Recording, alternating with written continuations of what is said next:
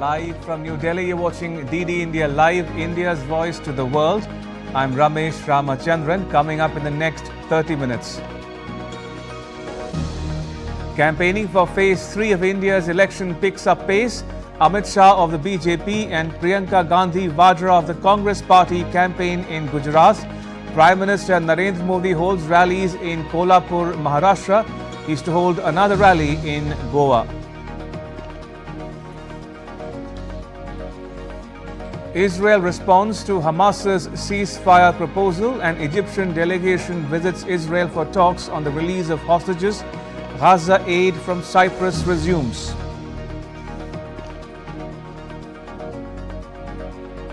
And India wins 4 golds and 1 silver at the Archery World Cup, creates a new record for the highest number of gold medals in compound event.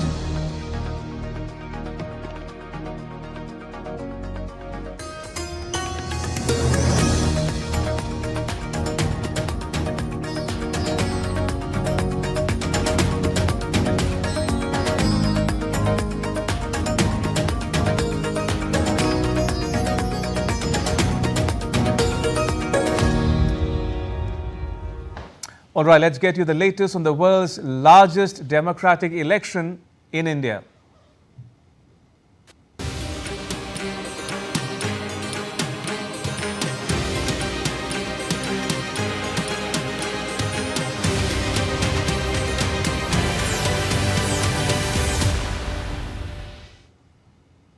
Campaigning for the third phase of Lok Sabha election gains momentum in India.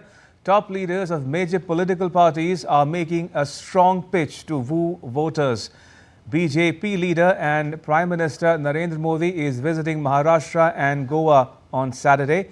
In order to garner support in party's favour, the Prime Minister is holding a rally in Kolhapur and is slated to hold another rally in South Goa. Another senior BJP leader and Home Minister Amit Shah was in Bharuch and Porbandar in Gujarat, where he held rallies. Minister Shah also held a rally in the tribal district of Panchmahal in Gujarat. With the election campaign at its peak, political parties holding rallies, roadshows across the country to garner support in party's favour. Congress President Mallikarjun Kharge is in Assam and addressed a public rally at Barpeta. Earlier in the day, he addressed a press conference in Guwahati. Another Congress leader, Priyanka Gandhi, addressed a public gathering in Valsad town of Gujarat earlier in the day, and she also holds another rally in Maharashtra's Latur district. Now, Belgaum Lok Sabha seat has become a focal point of interest with a tough battle between BJP's Jagadish Shettar and the Congress's Mrinal Hebbalkar. In conversation with DD India's Mrinal claimed his victory. Take a listen. We have with us BJP contestant Mr. Jagadish Shettar from Belgaum seat. Just talk to him. Sir, how do you see this contest? No, Belgaum is a stronghold of the Bharatiya Janata Party. Earlier, 4 times Suresh Angadi he elected from this constituency regularly, continuously. And even in the last occasion, 2019 election, he got elected by margin of around about 4 lakhs votes. So that is a huge lead, and it is a stronghold of the BJP. Now also, under the leadership of Modi ji, people wants Modi ji has to become 3rd time Prime Minister. And feeling of the Belgaum Lok Sabha constituency also, people's feeling is that Modi ji we have to support. Young Congress leader is also contesting against you. So how do you see?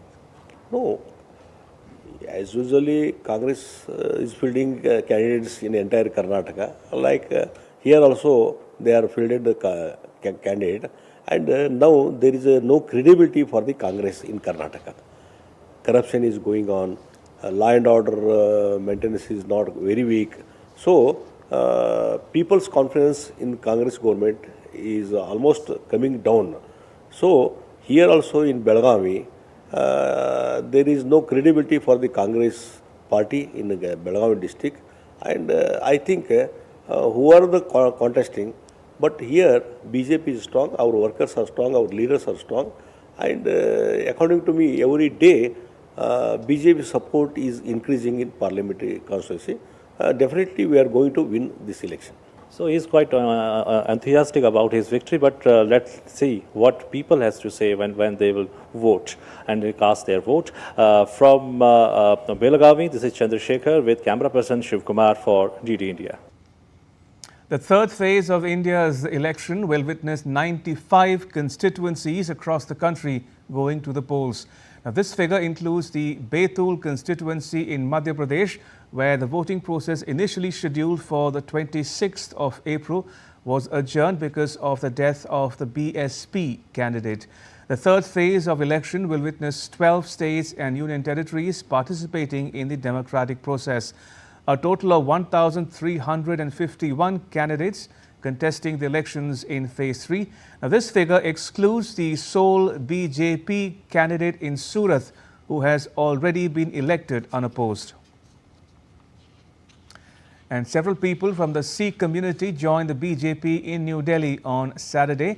They joined the BJP in the presence of the party's National General Secretary Tarun Chugh, Manjinder Singh Sirsa and Virendra Sachdeva.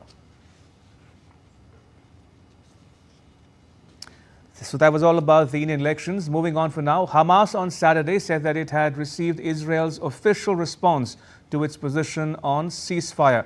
Now, this according to Hamas's deputy Gaza chief Khalil al-Hayya.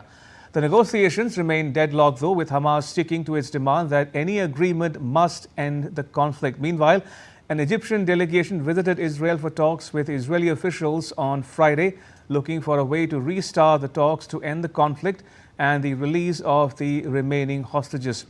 The United States and 17 other countries appealed Hamas on Thursday to release all hostages as a pathway to end the crisis. Egypt, Qatar and the United States have been unsuccessfully trying to seal a new truce deal in Gaza ever since a one-week halt to the fighting in November saw 80 Israeli hostages exchanged for 240 Palestinians lodged in Israeli jails. Aid was airdropped into Gaza on Saturday. The aid from Cyprus resumed on Friday night after a pause following the killing of 7 aid workers. The ship carrying food left the port of Larnaca with aid donated by the United Arab Emirates. In some more news from the region, Israel's military on Friday released a video of what it says is its air force striking a terrorist who was involved in attacks against Israel in Lebanon's West Bekaa district. The Israeli military said Mossab Khalaf was killed in the area of Medouin. He was a terrorist in the Jamaat Islamiyah. The terrorist organization had recently planned and promoted a large number of terror attacks from Lebanese territory against Israel in the area of Har Dov, as well as additional areas in northern Israel.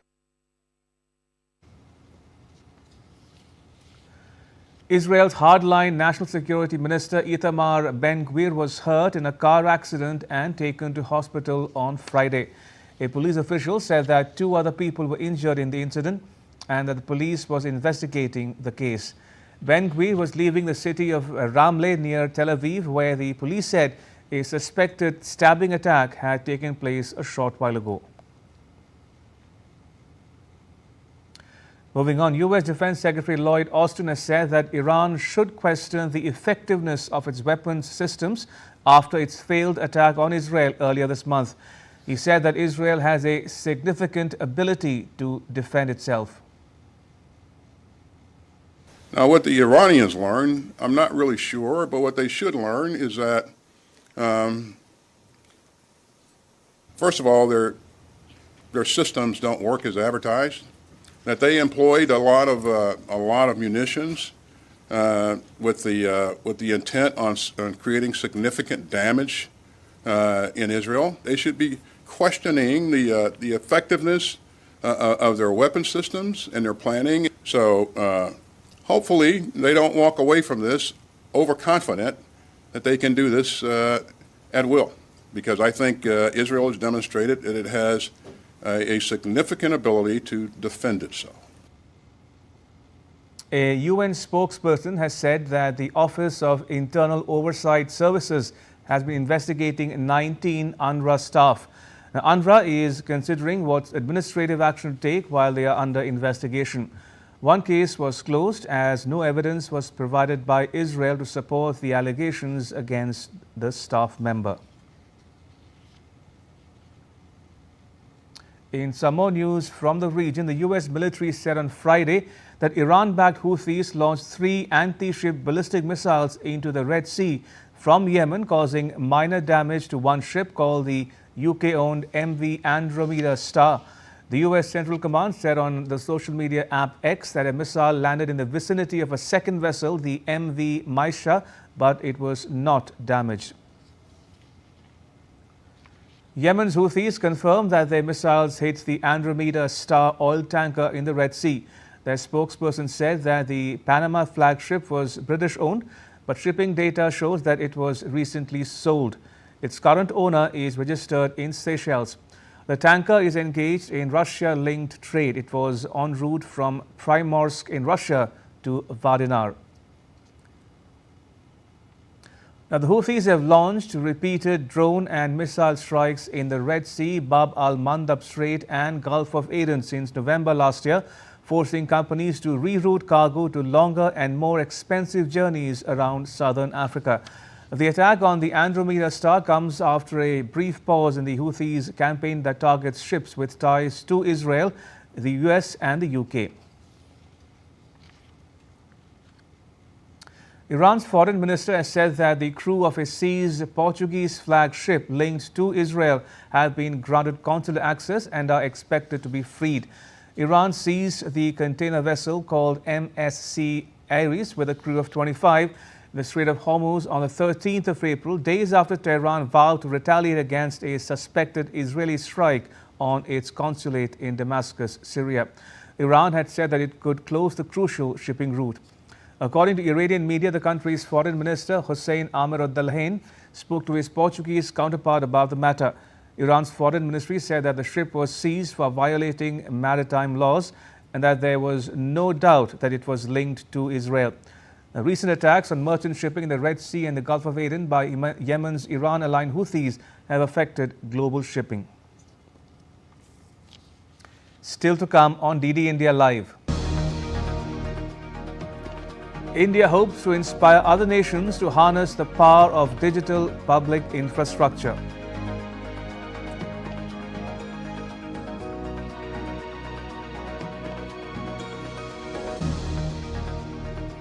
An intense heat wave in Bangladesh claims at least 12 lives.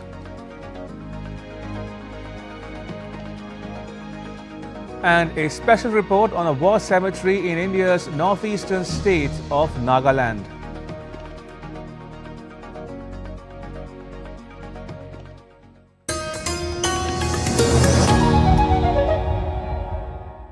The connection between the wellness of our planet and our own well-being is more direct than we tend to believe. Let's explore more ways of helping the nature and in turn helping ourselves. So tigers are water babies.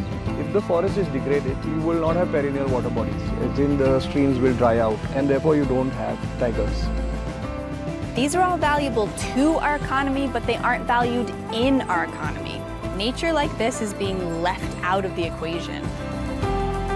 Litter on the street always infuriated Malarvari Muthu and her daughter-in-law Rajavalli Rajiv.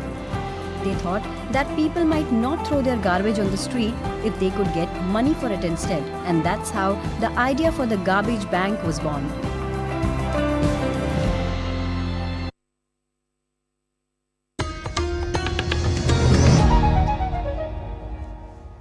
You're watching DD India Live. I'm Ramesh Ramachandran. Ukraine has claimed that Russia attacked its energy facilities in 3 regions on Saturday. The attack damaged equipment and injured at least 1 worker. Ukraine's energy minister said that the Russian strikes targeted the Dnipropetrovsk region in central Ukraine and the western regions of Lviv and Ivano-Frankivsk. Ukraine's largest private energy company said that its 4 thermal power stations were also hit. Ukraine claimed that its air defenses shot down 21 of 34 Russian missiles fired in an overnight attack. Ukrainian fighter planes, air defense missile units, mobile fire groups and radio electronic warfare were involved in repelling the Russian missile strikes. Now, Ukraine claims that a missile attack by Russia near a hospital in Kharkiv region on Saturday injured one person. Though the missile did not hit the hospital block, it created a large crater in the ground. The impact of the blast caused damage to hospital property.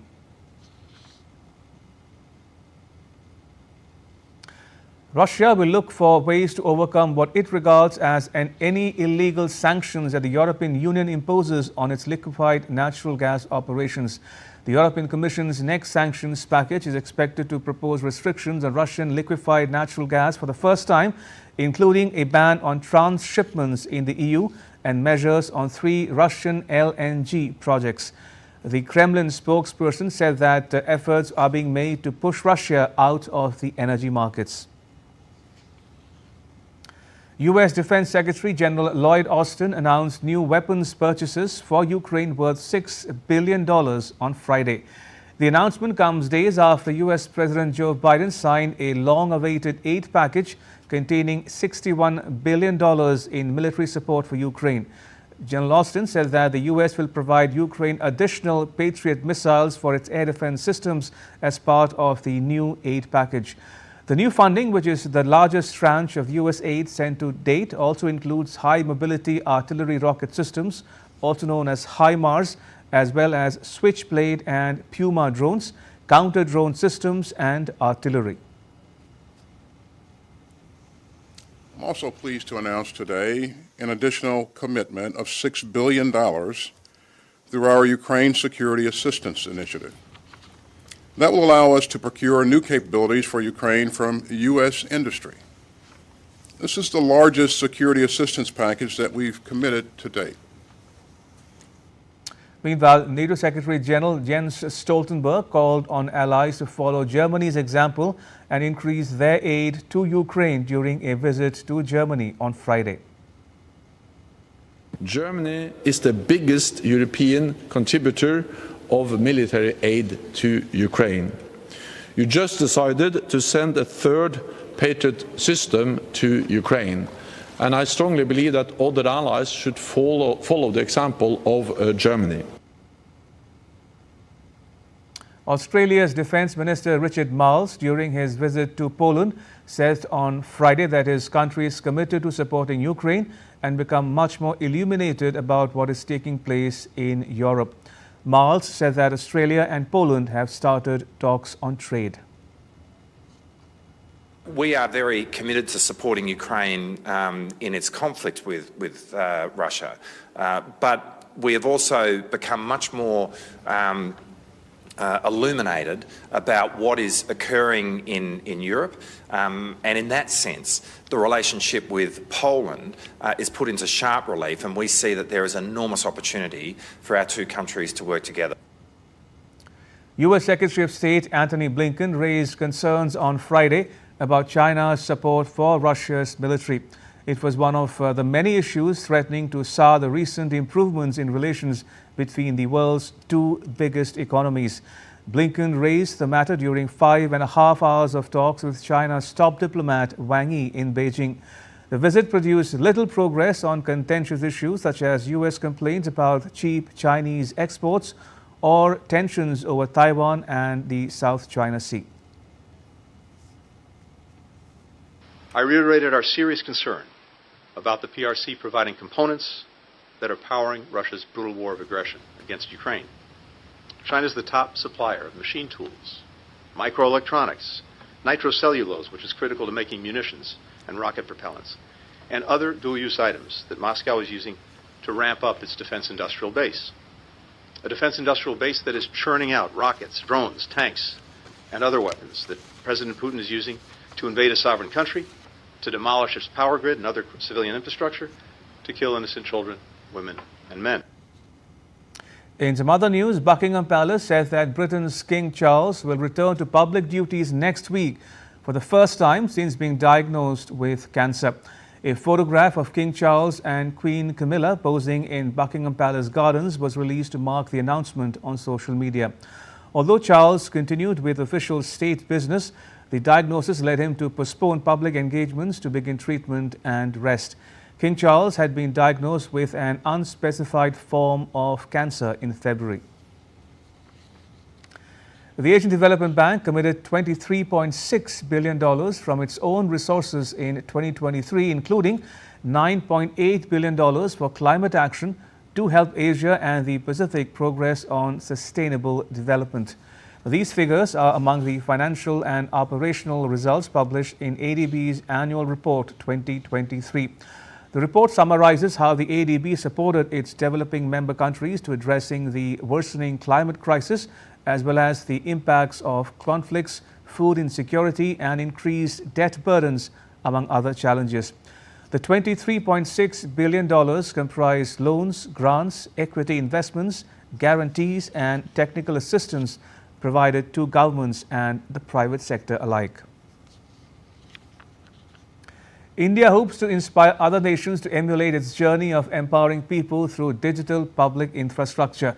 The country's Minister of Electronics and IT, Ashwini Vaishnav, told a UN conference held in New York City that harnessing the power of digital public infrastructure fosters inclusive growth and prosperity for all.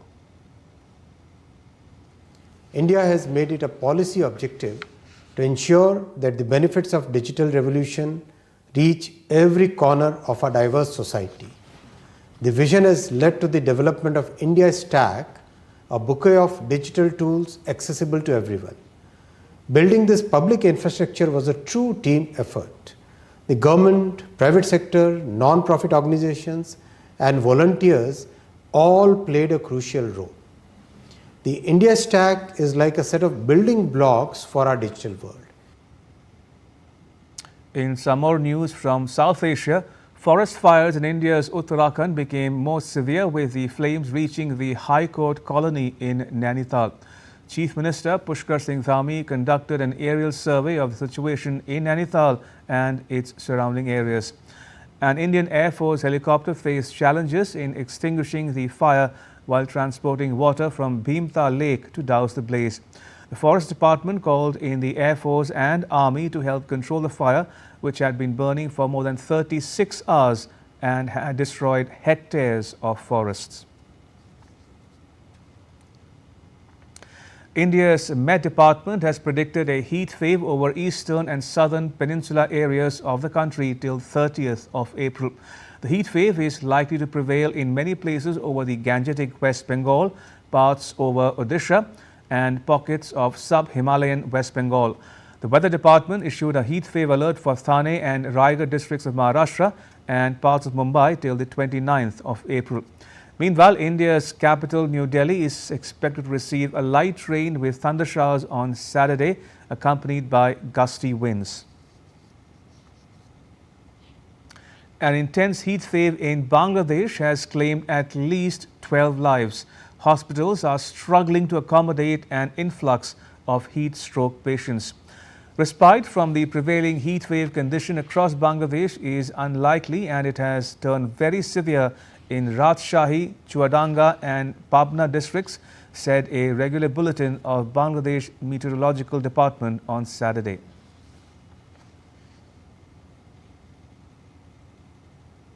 South Africa remembers its first democratic election in 1994, which marked the official end of racial segregation and apartheid as it celebrated 30th Freedom Day on Saturday.